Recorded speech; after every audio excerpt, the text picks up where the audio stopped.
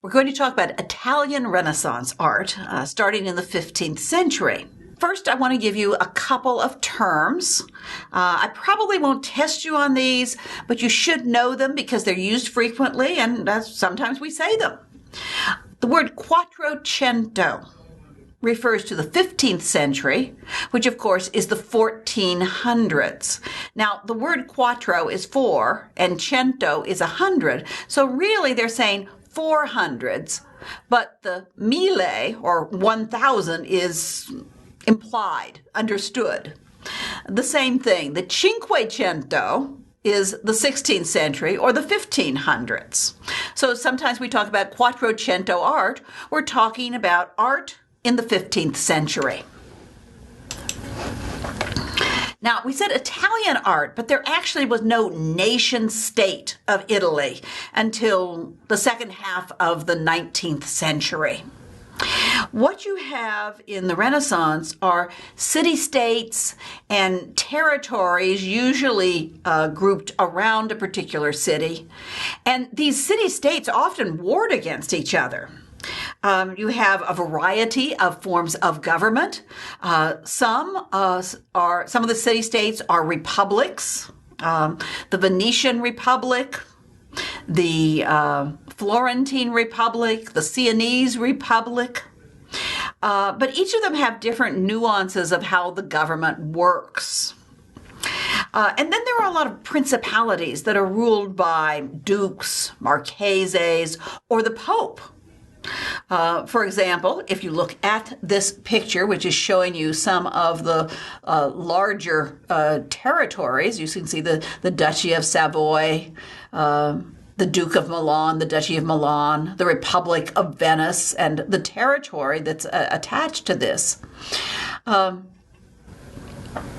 you could also see the Papal States. So there's Rome, and then many of the other states going up here through Arezzo and Urbino are also part of the territory that's controlled by the Pope. Now, within those areas, you might actually have another ruler. For example, we have in the later 15th century the Duke of Urbino. It was the Marchese who then becomes the Duke of Urbino from, I think, 1475. Made into a duke by the Pope, actually. So there's no generic Italy. And we do need to remember this when we're talking about the historical period. I want to talk to you about two authors whose books are very important for our understanding of Italian Renaissance art. The first, in the 15th century, he died in 1472, is Leon Battista Alberti. And Alberti is a humanist scholar and writer, as well as an architect. He's also an art theorist. Now, what do we mean by an art theorist? We mean that he's writing about, what you might say, what art should be. Rather than, I saw this work of art and I'm describing it. He is not doctrinaire. He doesn't have a whole lot of rules so much as, you must do this. But when he's talking about this, it's pretty obvious that he's talking about the art that is being created in his own day, particularly in Florence. But his examples are all from classical antiquity. They're all the product of his humanist research. He had a job as papal secretary, which gave him access to the Vatican Library, which would have been probably the greatest library in the Western world, particularly for the study of classical antiquity. Now, Alberti wrote 3 books about art. He wrote other books as well. When you translate the names, he wrote them all in Latin, and they were very quickly translated into Italian, which meant that many of the artists who couldn't read Latin could read the Italian translations. The first one, published around 1435, would be On Painting or Concerning Painting. And some of the phrases that we use to describe art of the time actually come out of Alberti. Things like the movements of the mind, the idea that the artist has to show the inner person as well as just the outward appearance. Also, he discussed linear perspective. And it was from this book that many artists would learn how to do linear perspective. Then he wrote a book on sculpture, and finally one on architecture. The actual title is De Re Edificatore, or I guess literally you'd say on things building or something like that. One of the interesting things about that book, it's divided into books, we might call them chapters. The seventh book is about sacred architecture. And he never uses the word ecclesia, which means church. And there's a reason for that. He always uses the word templum or temple, even when he's obviously talking about Christian churches. What's the reason? Well, as a humanist scholar, he thinks that the Latin of the time of Cicero is the best Latin of all.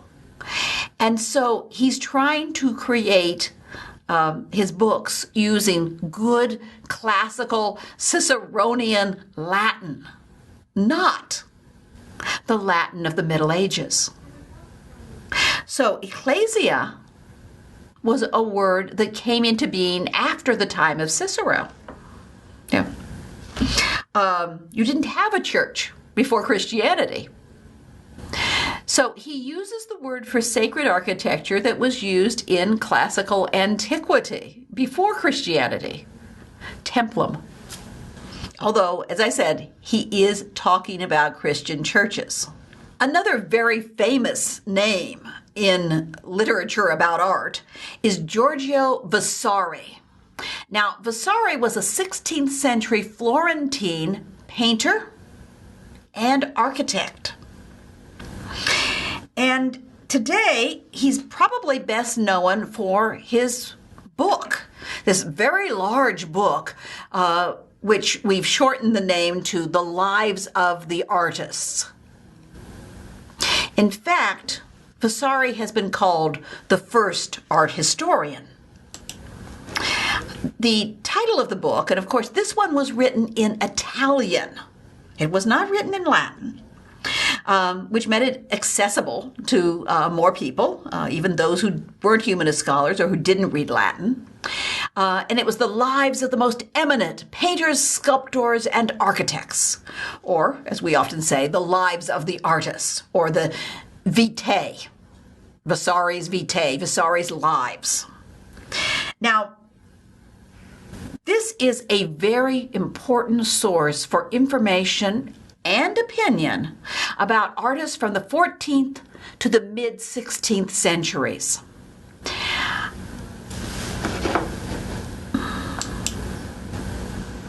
Vasari starts out talking about artists of the 14th century, like Giotto and Duccio. He actually does talk about some artists who are earlier, such as Cavallini. But his first hero is Giotto. And he says that Giotto rescued art from the rude manner of the Greeks. By Greeks, he doesn't mean classical Greek. He means the Byzantine art. And so he sees this momentous change in art to a more illusionistic style of art, departing from the Byzantine style. And as I said, his first hero is Giotto, the Florentine painter. And then he has another hero in the 16th century, who is someone he knows, Michelangelo Buonarroti. And of course, he sings his praises. Vasari will tell us things that he has either read or heard about the lives of the artists. He will describe works of art that he has seen and tell us what he thinks about them. He even does a section on artists from Northern Europe. Now, sometimes he gets things mixed up. He calls Hans Memling Ausi, evidently trying to take the name Hans and make it into Italian, which is a little hard to do. He also, sometimes gets things mixed up, like Hugo van der Hoos, who is from Ghent. He calls Hugo of Antwerp. But he's also talking about works of art that he has seen. So for that, it's very, very useful. You just have to remember Vasari is not 100% accurate.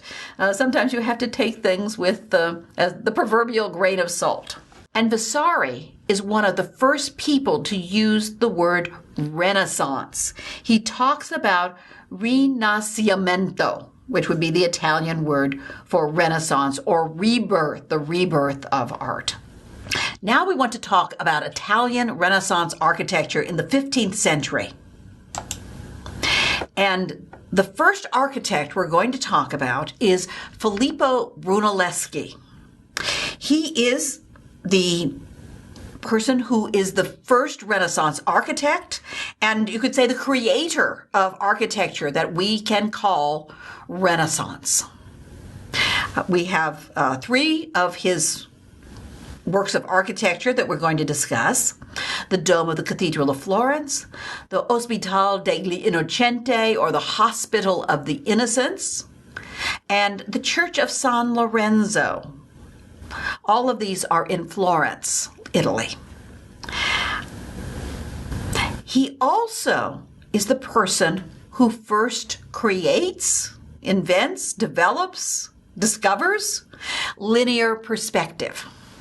So let's hear more about the works by Brunelleschi.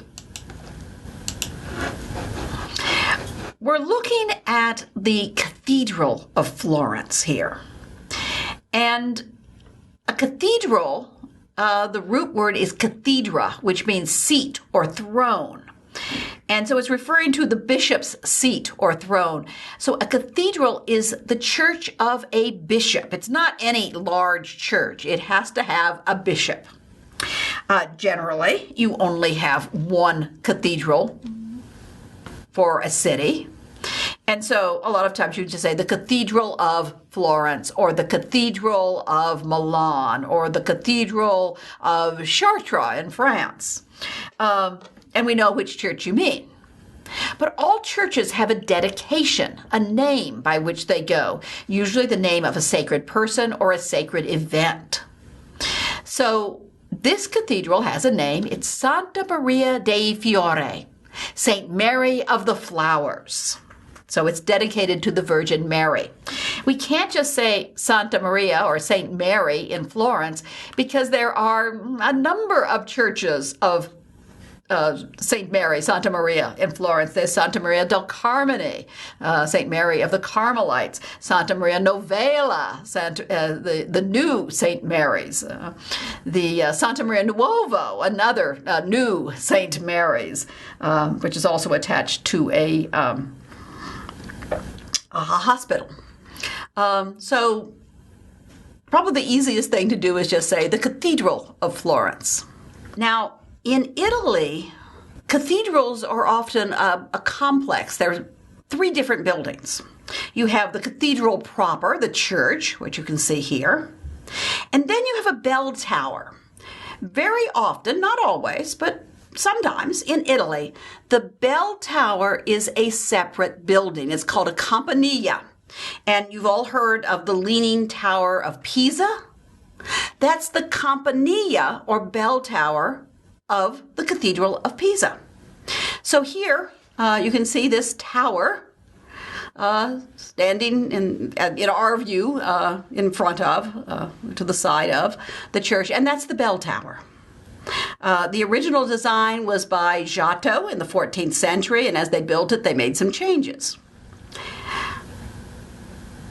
And then you have another building, and that is the Baptistry of Florence. You really can't see that in this picture, but I think you can see just maybe just a little view of the tip top of the roof, but we'll be taking another look at the baptistry. Baptistries are very often separate buildings from the cathedral in Italy. In Northern Europe, you would have a baptismal font, somewhere in the church itself, and you'd have the bell tower either at the crossing or on the western facade. But in Italy, they make them 3 separate buildings, I say, very frequently. Now, the reason I emphasize that, and here you can see a diagram, and you can see the baptistry here, this little octagonal building in front of the west side of the cathedral, of the church. We're going to be talking about Brunelleschi's contribution to the cathedral. And he designed the dome of the Cathedral of Florence. But he did not design the cathedral. The cathedral was built pretty much over a century. It took to put it up throughout most of the 14th century. There were a number of different architects. One of them, Arnolfo di Cambio, maybe the most famous. But when we got to the 15th century, you have this cathedral church building, and it's got a great big hole in the roof where they wanted to put up a dome, but nobody knew how to do it. And that begins the story of Brunelleschi as an architect. Brunelleschi was actually trained as a sculptor. But what becomes very interesting is he seems to have sort of what I call natural engineering ability. He was able to see how to do things that other people overlooked. Okay, so the word Duomo means both dome and cathedral. So that can be a little confusing to students because Brunelleschi did not design the cathedral, he designed the dome. So he designed the Duomo of the Duomo, if you will. And they often call the cathedral the Duomo. This isn't true just in Italian. You actually have this in German as well. For example, in Frankfurt, they talk about the Kaiser Dome. Okay, we have the cathedral has been built. They've got a big hole in the roof. Well, why didn't they know how to put a dome up? What was the problem? Well, first you have to understand how medieval cathedrals, large churches too, were erected. Your architect was not separate from the builder. Today, we would think of having an architect design a building and a contractor build it. That's something that actually develops during the Renaissance. Some people say that Brunelleschi was the first person to be the designer that somebody else could build and leave plans so someone else could build it. Some people say it was Alberti. But at any rate, you have that idea of a separate architect is a Renaissance idea. And you have what's called a Kapellmeister, a headmaster, who is in charge of the building. And he does the design in the Middle Ages. And, if people said, well, we want to see what the design would look like, well, he builds you a little model of what he's planning to build. But large churches take a long time to build, sometimes centuries. This one went up relatively fast in approximately 1 century. Your Kapellmeister doesn't live that long. And styles change. So the first person who was in charge maybe dies. He may or may not have communicated his ideas to his assistant because there are, secrets that Masons have that they don't want their rivals to know, ways of doing things. And someone else becomes the head of the works. Well, there is a traditional way of putting up domes and also the vaulting over the nave in a late medieval Gothic church. It's called centering. and you would build a structure, the shape of your vault or the shape of your dome, one diameter across, essentially, made out of wood. And then you would put the ribs, the sort of skeleton of that around it, and then you could just take that, that structure, and you could turn it and build more, and then you can fill in between the ribs with your masonry. But there's a problem with this dome. It's too wide. They can't build a wooden structure. It's just too big. It would collapse in the middle, or they'd have to use every tree in Italy. And so, the previous architect either figured he wouldn't have to put up the dome, somebody else would have to figure it out, or he had an idea, but he died. So now they have a big problem. How do we put up that dome? Contemporary building practice just doesn't cut it. So the Florentines had a contest. They like to do that. If they have an artistic competition, and they feel that'll bring out the best ideas. So people submitted their ideas and their plans for putting up the dome of the cathedral. There was one, for example, some of the quality of the ideas they had. A guy had said, well, let's just build a great mountain of dirt. And, we'll build the dome up on top of that mountain of dirt, that great pile of dirt. And the committee, it's always a committee, the Opera d'Uomo, the works of the cathedral, the committee members said, well, yeah, and how are we going to get all that dirt out of the church? And he says, well, we'll put money all the way through it. And because the Florentines are so greedy, they'll come in with their wheelbarrows and their buckets, and, they'll just take that dirt and search for it for the money. Well, that plan was not accepted. Now, Brunelleschi comes and he says, I know how to do it. And the committee says, okay, tell us how. Well, we're going to hear about this shortly, but Brunelleschi had been in another contest, a contest of sculpture to design the doors of the Baptistry of Florence. And he was a finalist, but he didn't win. So he's maybe a little testy. It's like, if I tell you how to do it, you'll just take my idea and give the commission to another person. Alberti, perhaps, who won that other contest. And I said, well, we can't give you the commission, unless you tell us what to do. And he says, well, I'll do a demonstration. And this is the egg story that his biographer tells us. He took a raw egg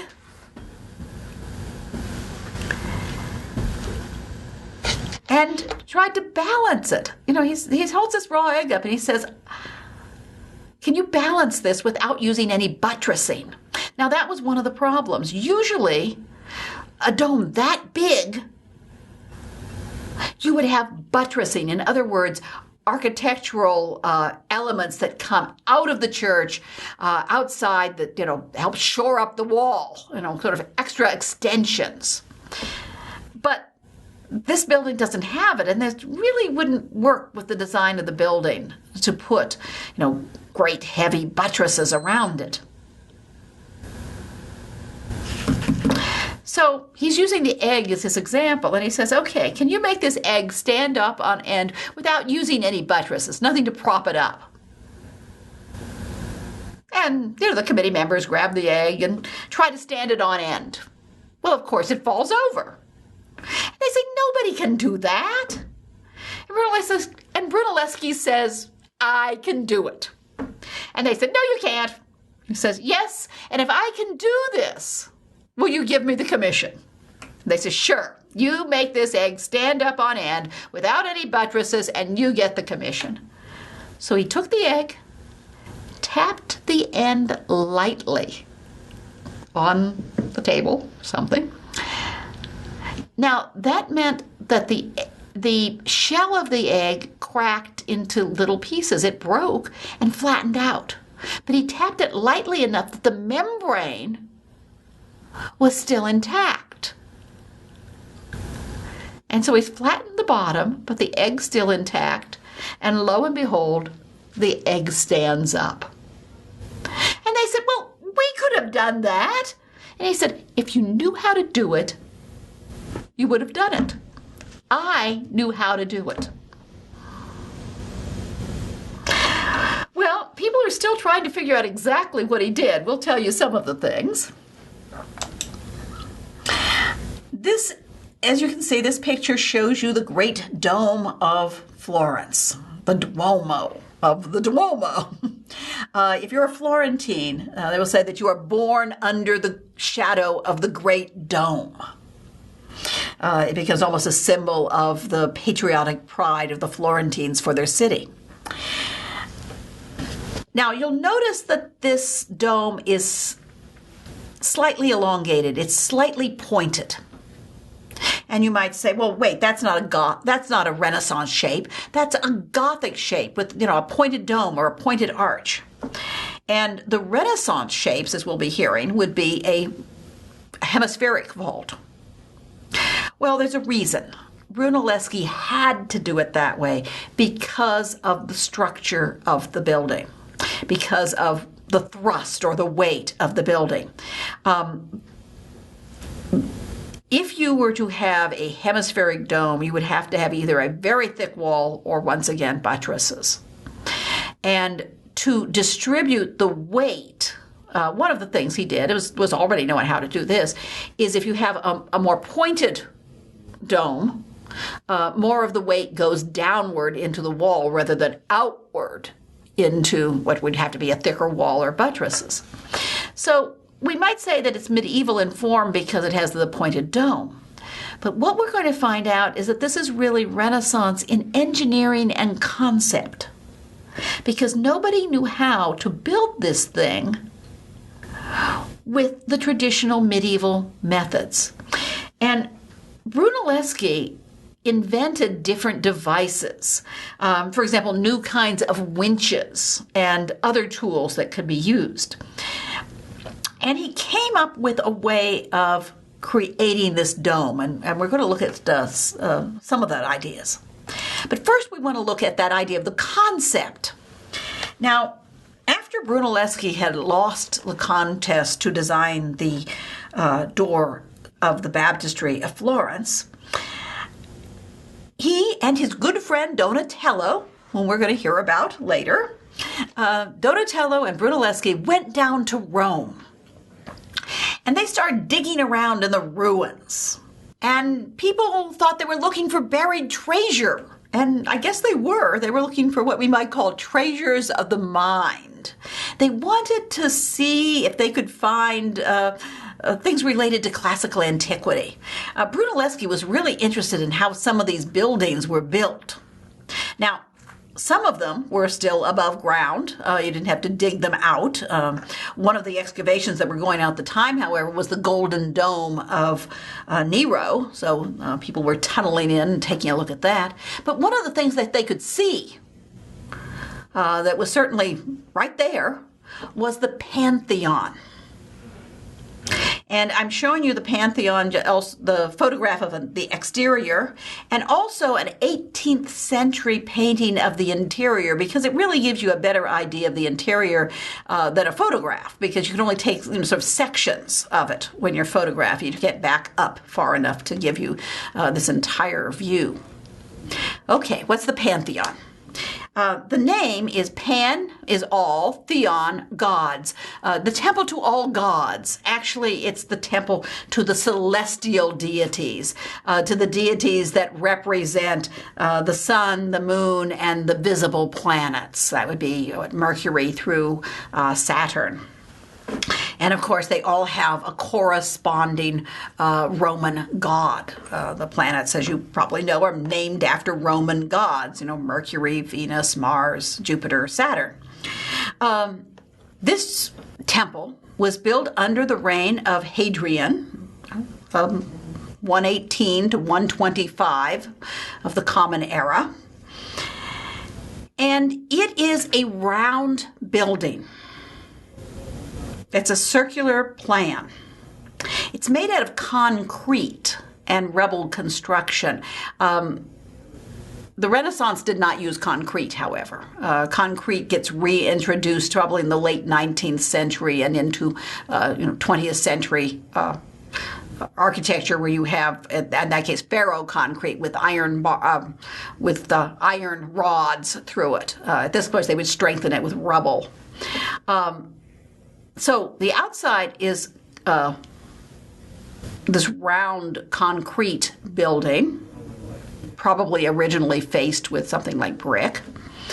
And on the front, there is a portico or porch, which you can see has this gabled roof, and then a horizontal member, a lintel or an entablature, classical columns, and stairway leading up. You can't really see much of the stairway in the photograph because the ground level has risen over the years. And so what they've done with this is they've excavated down, and so when you get here, you have to walk down the stairs and then walk up the stairs.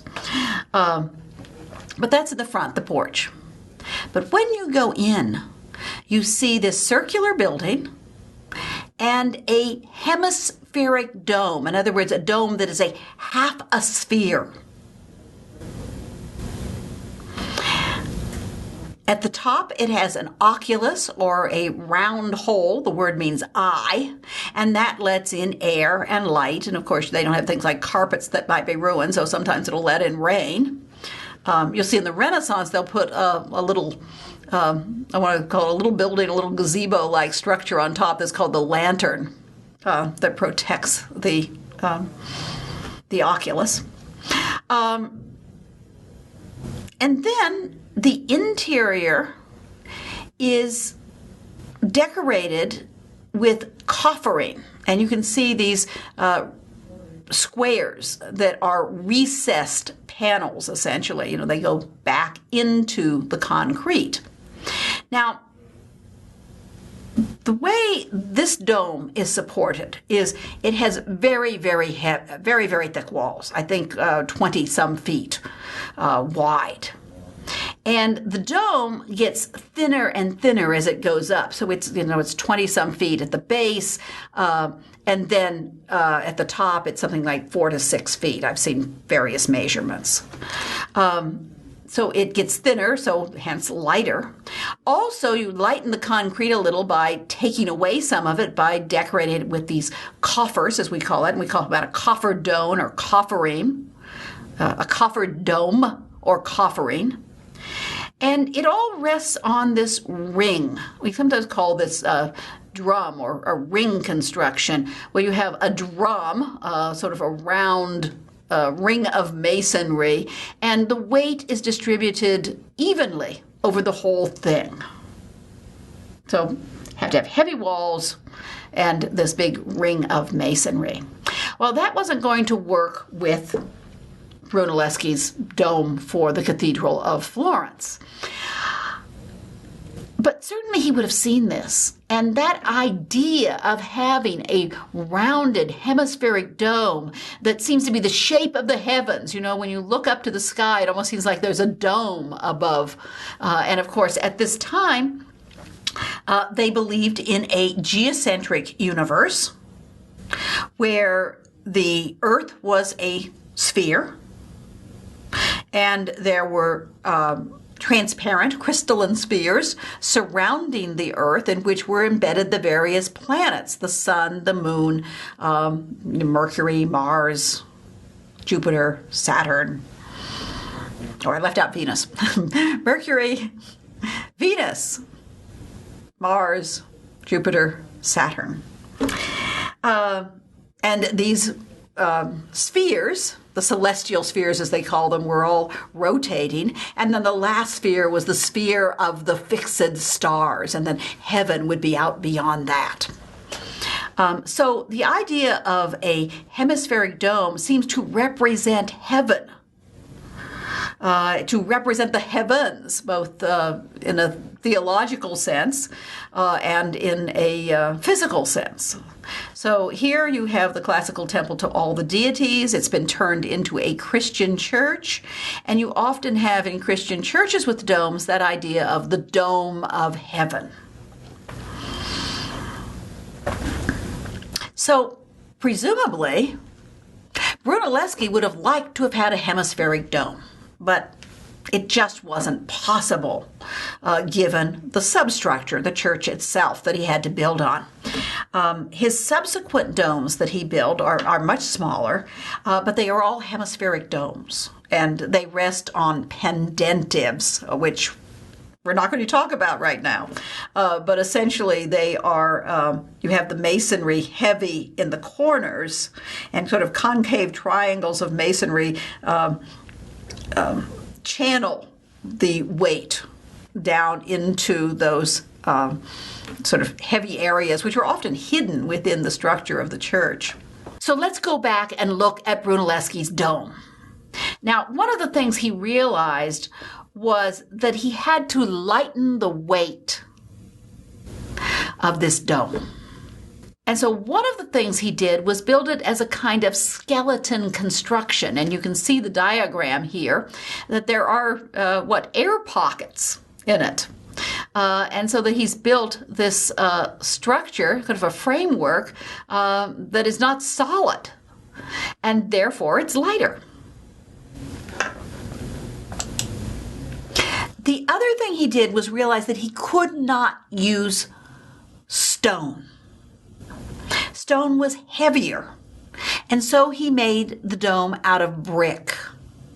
And so you have that kind of red brick exterior, and this would be placed over the skeleton. And also with the inside, you also have another layer of brick. And, you have some air pockets in the middle that makes it lighter. Brick is lighter than stone. Some of his other innovations were, how are you going to get the stuff up? We said he had developed new kind of winches, but also was the problem of scaffolding. There was just no way to build this huge scaffolding up from the floor. So he devised a way of fastening the scaffolding into the structure of the dome itself. And, as you got higher up, you would raise up the scaffolding, but it didn't have to rest on the ground. As I say, he seems to be a sort of natural engineer figuring out new ways to do things. Another thing that he did, which he did learn from looking at ancient Roman buildings, was what we call herringboning. And here we're seeing a picture of the passage upwards in the dome, between the shells of the dome, as it were, and you can see how the brickwork is laid. You have the brick going along horizontally, and then you have vertical bricks, and then horizontal bricks, and it gives an appearance of a kind of zigzag pattern, which reminded people of herringbone, so they call it, herringbone work. And this is a very strong way to lay the bricks. It was used by the Romans, and Brunelleschi probably saw it in some ancient Roman buildings when he's down in Rome. And so he uses it here. And if you think about it, if the horizontal bricks would start to shift, you have these vertical bricks as stops, as forcing them back into place, forcing them to stay in place. So it becomes much stronger than just laying all horizontal brick. After Brunelleschi designs the dome of the cathedral, he gets other commissions. And this is his first commission. It starts in 1419. It is the Hospital of the Innocents, or the Ospedale degli Innocenti. Now, this isn't a hospital for medicine, for sick people. It's a foundling hospital or an orphanage. It was a very important civic building one of the social problems was, what do we do with children whose parents die? Do we just let them die? Do we let them be exploited? In this case, the city-state steps in and says, we're going to build an orphanage. And this is the building that served as the orphanage, or the hospital of the innocents. The innocents they're talking about are twofold, not just the innocent little babies who were, taken to the orphanage, but also the holy innocents. These are the children who were killed by Herod's soldiers when he was searching out the Christ child and trying to kill him, and they are known as the holy innocents. And that's the dedication of the building. This is the first truly Renaissance building, or the first Renaissance structure that you can walk into as opposed to stand under the dome. So this was actually built from the ground and quite possibly from a plan. It's been suggested that he had an actual design for this. It wasn't just I'm the builder, I can do it.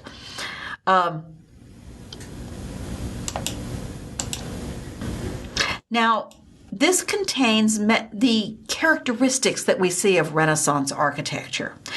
What defines Renaissance architecture? Well, for one thing, Renaissance architecture takes classical architectural elements and then uses them in new ways. They don't just copy a classical building, because in the Renaissance, they have different functions. Here we have, for example, a foundling hospital. Or you might have a different, you have different liturgies for your religious structures. So you take elements such as domes, rounded arches, classical columns with the different classical capitals that were used during the ancient Greek and Roman period, the Doric, Ionic, Corinthian, composite capitals. Brunelleschi sometimes designs his own variations on those. And the Renaissance architects are very interested in harmonious mathematical ratios that relate to the human being. Even if it's a really big building, you can feel comfortable because the math essentially makes it relate to the size of a human being. And this is something they were very interested in classical antiquity as well. So we have these harmonious mathematical ratios. Harmony is something that's very important in Renaissance art. They want to create things that are beautiful, that are harmonious. And you can see Brunelleschi's classical architectural elements with the gray stone of the columns and the capitals and the moldings that go across. And Brunelleschi had a favorite color scheme. A lot of his work has this same use of the gray stone. It's a gray limestone known as the Pietra Serena, or the serene stone. And this beautiful, cool limestone color. Remember, Italy's a pretty hot place, so this gives you a very cooling feeling. And then he would use the plane of the white wall. He often does seem to think in terms of flat planes put together. Out front of this building, there is a loggia, or a long porch.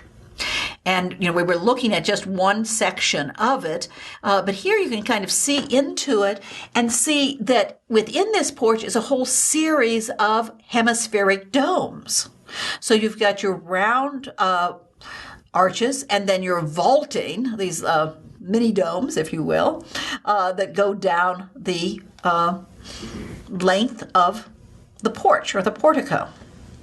And of course, beautiful moldings.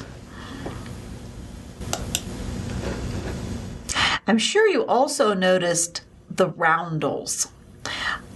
This building is decorated with terracotta roundels showing infants.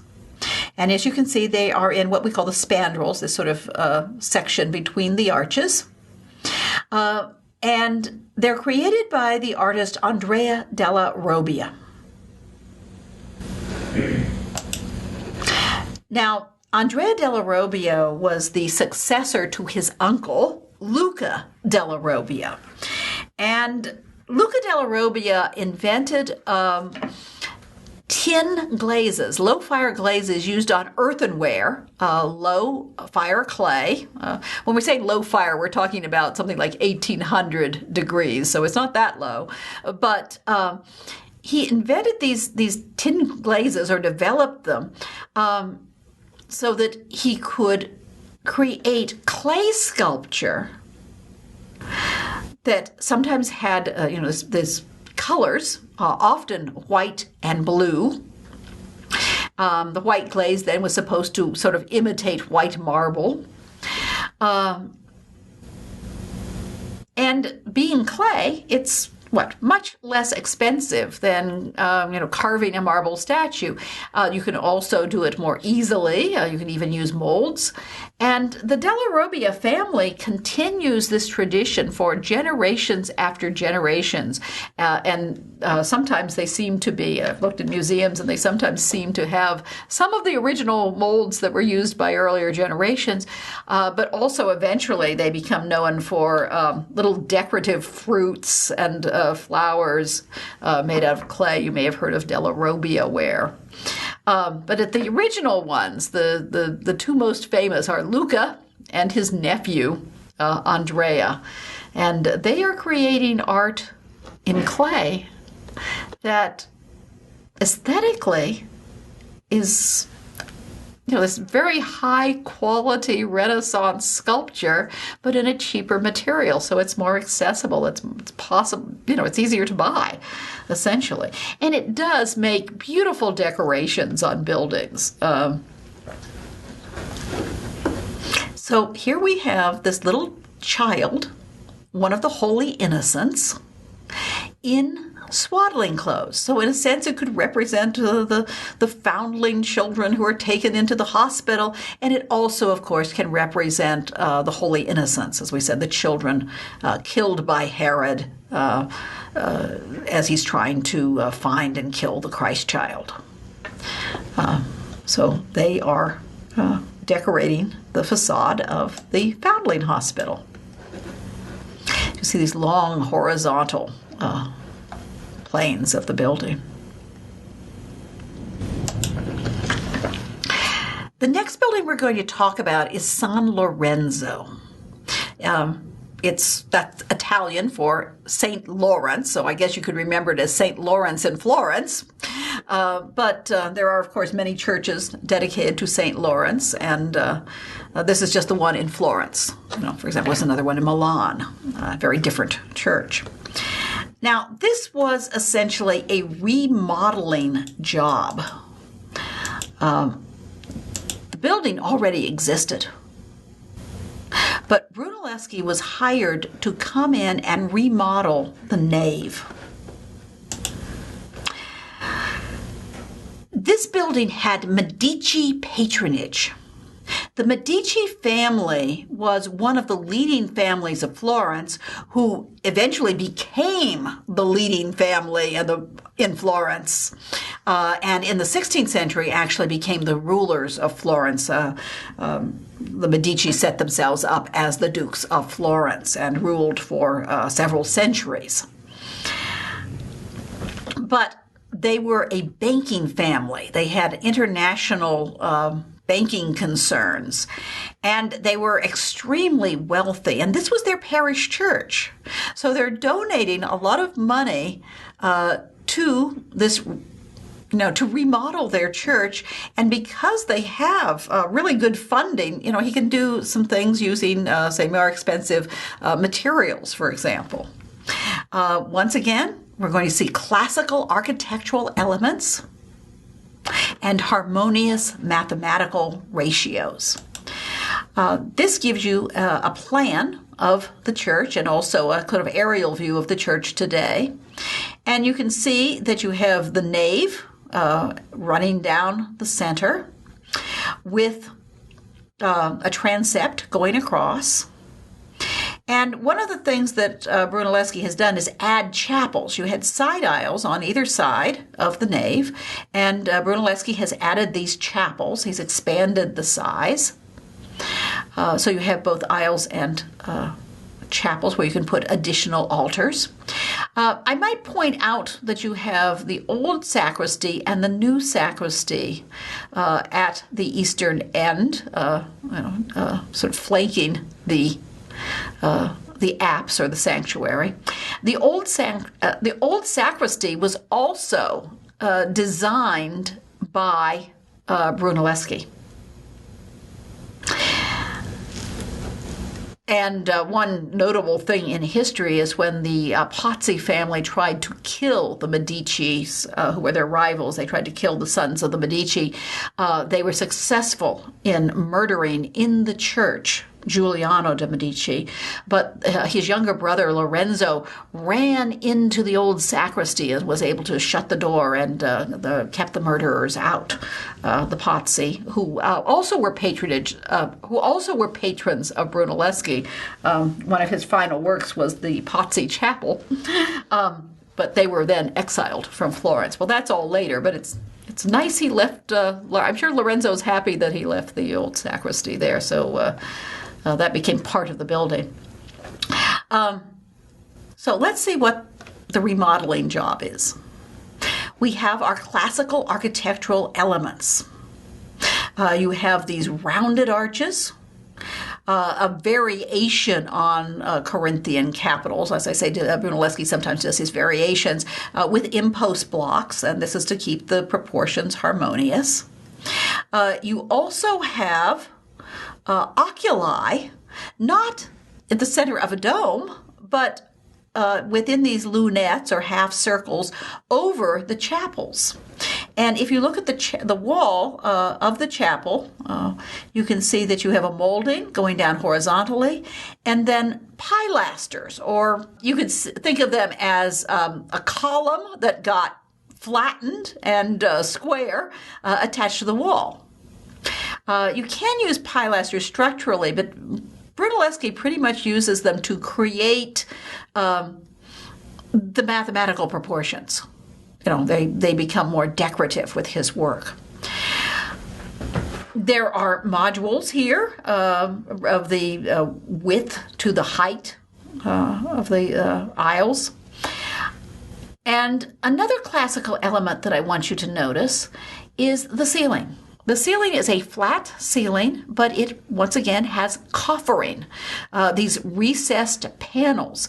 Coffering can be different shapes as well. What you've seen so far have been square, but sometimes they'll be hexagonal or octagonal or other geometric shapes. These actually have rosettes in the middle that are picked out in gold. And once again, you have Medici money backing it, so you can buy, beautiful stoneware. It has the gray Pietra Serena and the white plaster walls, so creating that cool effect of gray and white.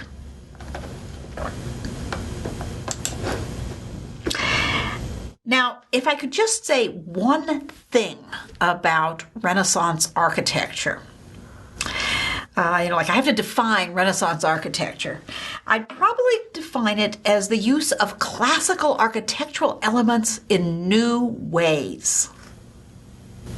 So think about that. The Renaissance architects used classical architectural elements, things like classical columns, domes, rounded arches, all of these things, but they didn't just copy Roman buildings. They may have been inspired by Roman buildings, but they used them and put them together in new ways. They are creative artists.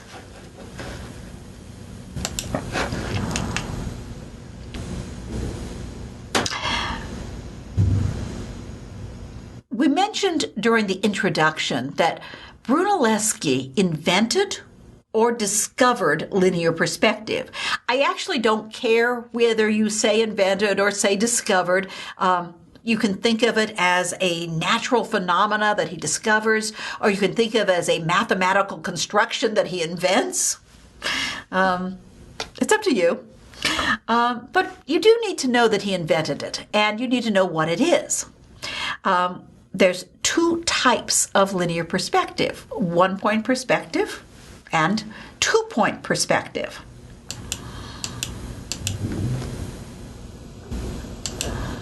Our definition of linear perspective or mathematical perspective is a mathematical, or you could say geometric, method of creating the illusion of three-dimensional space on a flat surface.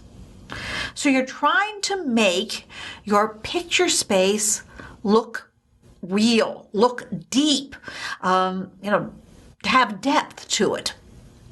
Now, how do you do this? We've talked about various ways of creating that illusion. This is a very specific way, where you take straight lines that are oblique to the picture surface. In other words, they are not parallel to the picture surface. And they recede to a vanishing point or a focal point. And also, any objects that are shown become proportionally smaller as they become more distant. And this includes human figures as well. If you have a human figure in the foreground, they will look smaller as you go further and further back. And it's not just randomly smaller, it's figured out by mathematical proportions. So here we have two diagrams showing one-point perspective and two-point perspective.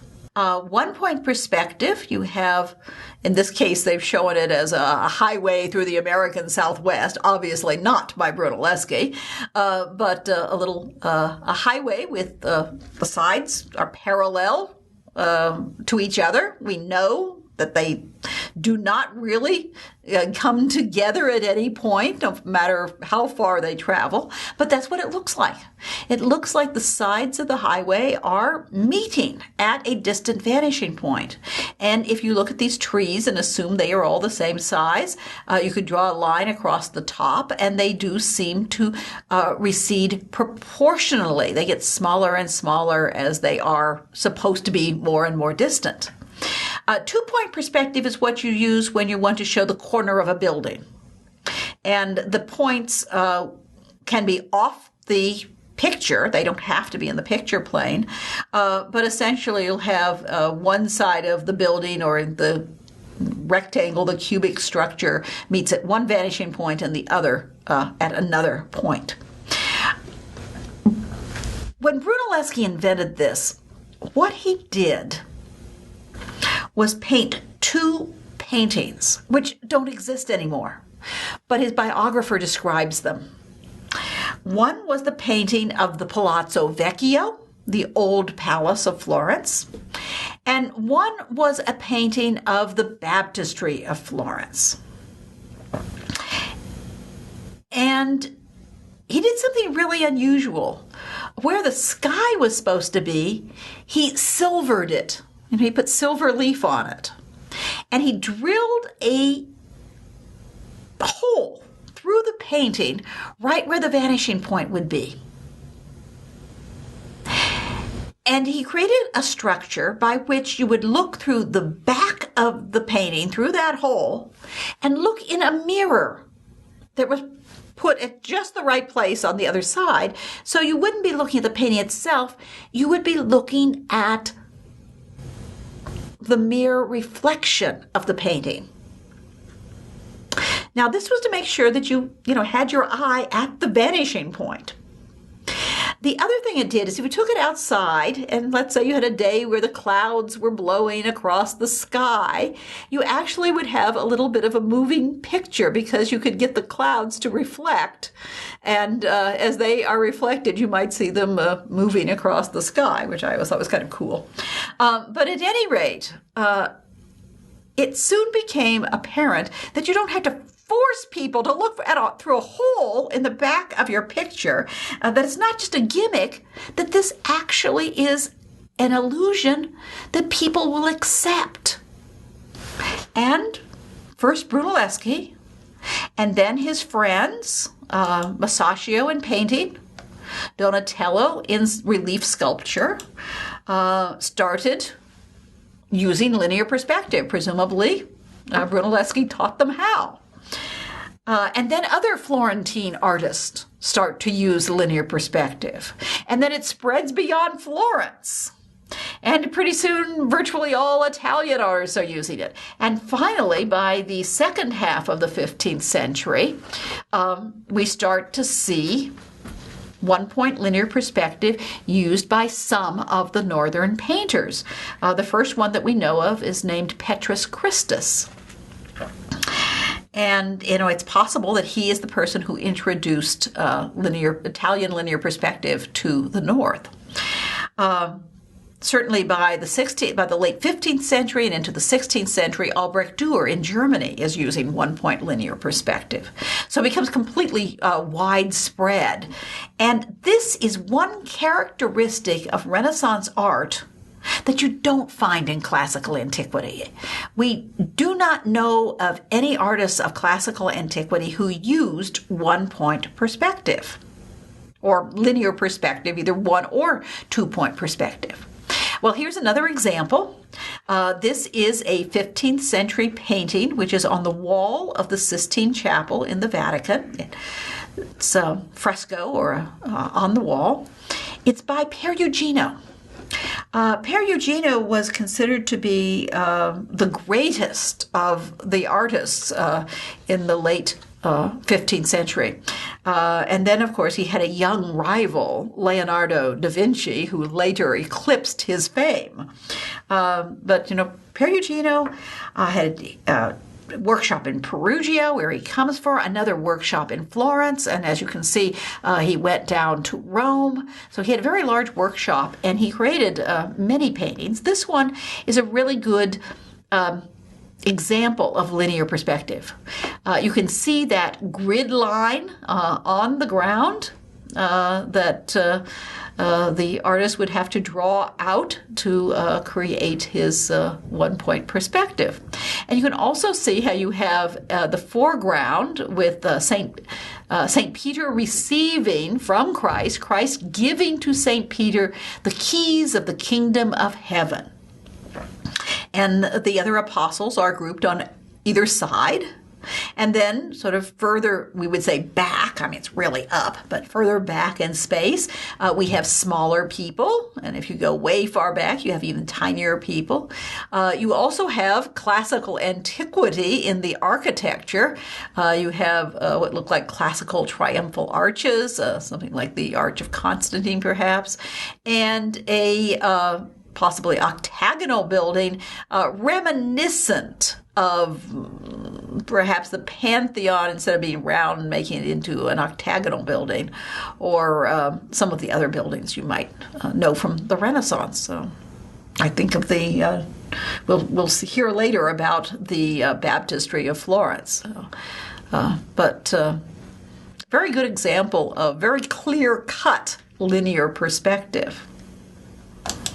Here you see it with Piero del Palaiuolo, and you can also see the diagram that's based on the way that Alberti told artists how to do this in his book on painting. So, if you didn't know Brunelleschi and you didn't have anybody to teach it to you, you might be able to follow Alberti's directions.